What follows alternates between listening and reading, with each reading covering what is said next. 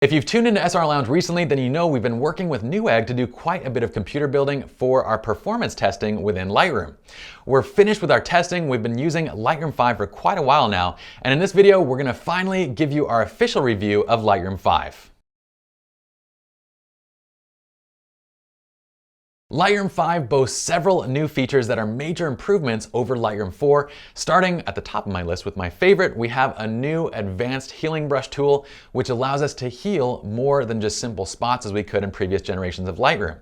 With a new healing brush, we can actually do quite a bit more in regards to advanced retouch, which previously wasn't possible unless we went directly into Photoshop. In addition, we have a new visualization tool that we can use to basically help us identify and remove dust. But as we previously demonstrated, this tool is a great improvement over Lightroom 4 because in Lightroom 4 we didn't have a visualization tool.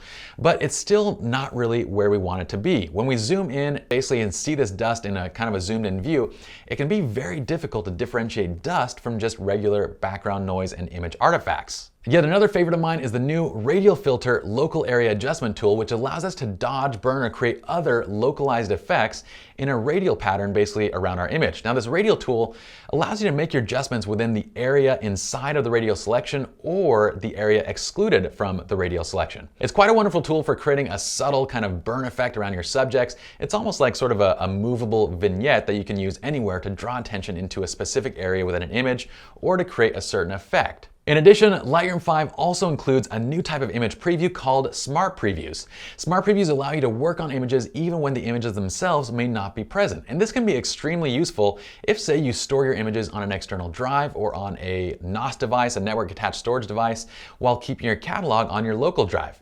So with Smart Previews, you can keep your catalog local and you can work on these images wherever you like. And then when you reconnect to those drives where the images are, the adjustments are applied to the images and you're able to export.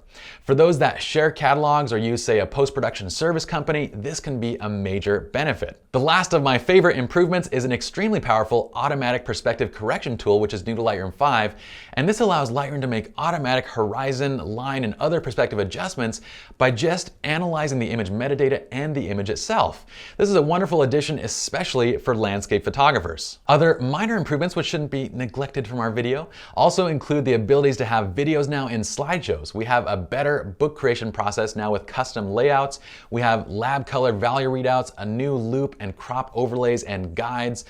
We have support for PNG files and a new true full screen mode. While we love all these new additions, we're quite disappointed that the core Lightroom raw processing engine has seen little to no improvement in speed and in functionality. When it came to our performance test, we had high hopes that Lightroom 5 would be able to use additional system resources in order to speed up our performance. However, in these performance tests versus Lightroom 5 and Lightroom 4, we basically found that Lightroom 5 once again underutilizes system resources and clocks in overall 5 to 10% slower even than Lightroom 4 when it came to preview rendering and file export. When it came to image develop module lag, once again, we're stepping in the wrong direction as Lightroom 5 slows down by 10 to 20% than when compared to Lightroom 4. We also had high hopes that Smart Previews would improve this image-to-image lag, but from our testing, we couldn't obtain any conclusive data that Smart Previews actually made a difference in image-to-image lag within the Develop module. We ran these tests 5 different times on 3 different machines using the exact same test files. Sometimes it was faster having one-to-one, sometimes it was faster only having Smart Previews, and sometimes it was faster having both one-to-one and Smart Previews. Unfortunately, there was just no conclusive data. There was no correlation despite running the same tests multiple times on 3 different machines. What was conclusive on all of these tests is that Lightroom 5 was never fully utilizing our system resources. But while speed is a big issue for us in our studio, a 5% slowdown, we fully acknowledge, may not be that noticeable for most users under a lighter workload. The real kicker for us in Lightroom 5 was the fact that Adobe seemed to hurry out the release of Lightroom 5 so that it coincided with the new Adobe Creative Cloud. Now this is of course speculation, but what we've seen in Lightroom 5 is a program that is only marginally more stable than the Lightroom 5 beta.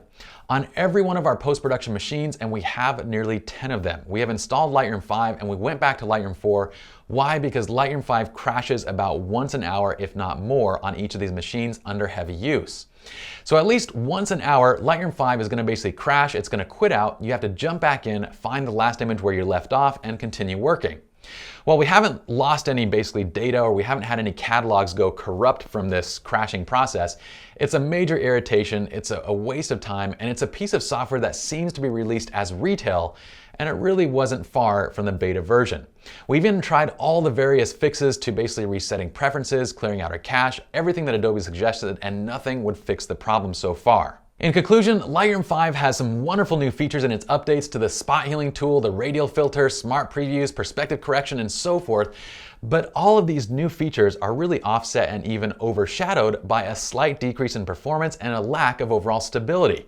For that reason, we're giving Lightroom 5 3 out of 5 stars. For $79, it's still worth upgrading to in order to access the new functionality and tools.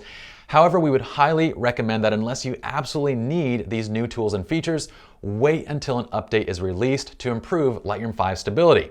Now, in the meanwhile, all of your presets for Lightroom 5 and Lightroom 4 are compatible with both versions of the software, so there's really no need to jump from Lightroom 4 to Lightroom 5 until things are working just a bit smoother. I hope you all enjoyed this video. Again, my name is Pi, and I'll see you all in the next video.